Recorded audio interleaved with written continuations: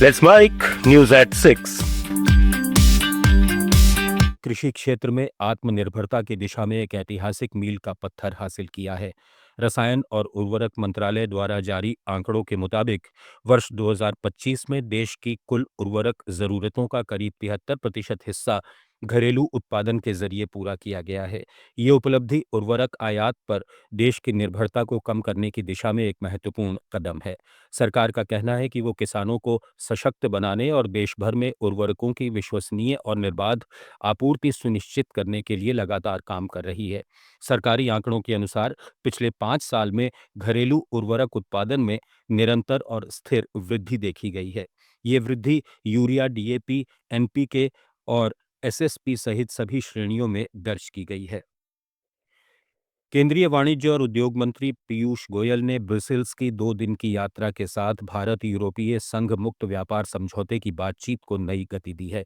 गोयल ने एक्स पर कहा कि इस यात्रा के दौरान यूरोपीय आयोग के व्यापार और आर्थिक सुरक्षा आयुक्त मारोस सेफकोविक के साथ उच्च स्तरीय वार्ता हुई, जिसमें लंबित मुद्दों को सुलझाने और समझौते को तेजी से आगे बढ़ाने पर विचार किया गया। वार्ता के केंद्र में प्रस्तावित भारत ईयू मुक्त व्यापार समझौता रहा। दोनों पक्षों ने किसानों और सूक्ष्म, लघु और मध्यम उद्यमों के हितों की रक्षा पर जोर देते हुए भारतीय उद्योगों को वैश्विक आपूर्ति श्रृंखलाओं से जोड़ने की आवश्यकता पर जोर दिया। Let's Mike News at 6. भारतीय पूंजी बाजार ने पिछले 1 दशक में खासा विस्तार देखा है और निवेशकों का भरोसा नई ऊंचाई पर है।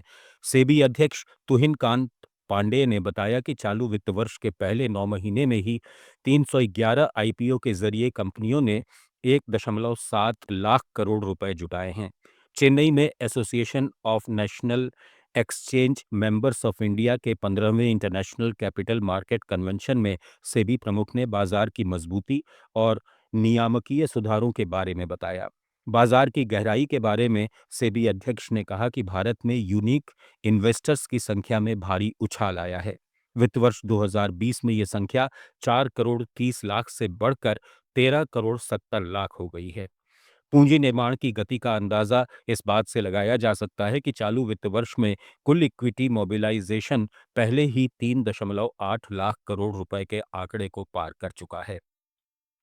महाराष्ट्र में निकाय चुनाव के चलते 15 जनवरी को घोषित सार्वजनिक अवकाश के बावजूद शेयर बाजार में सामान्य कामकाज जारी रहेगा।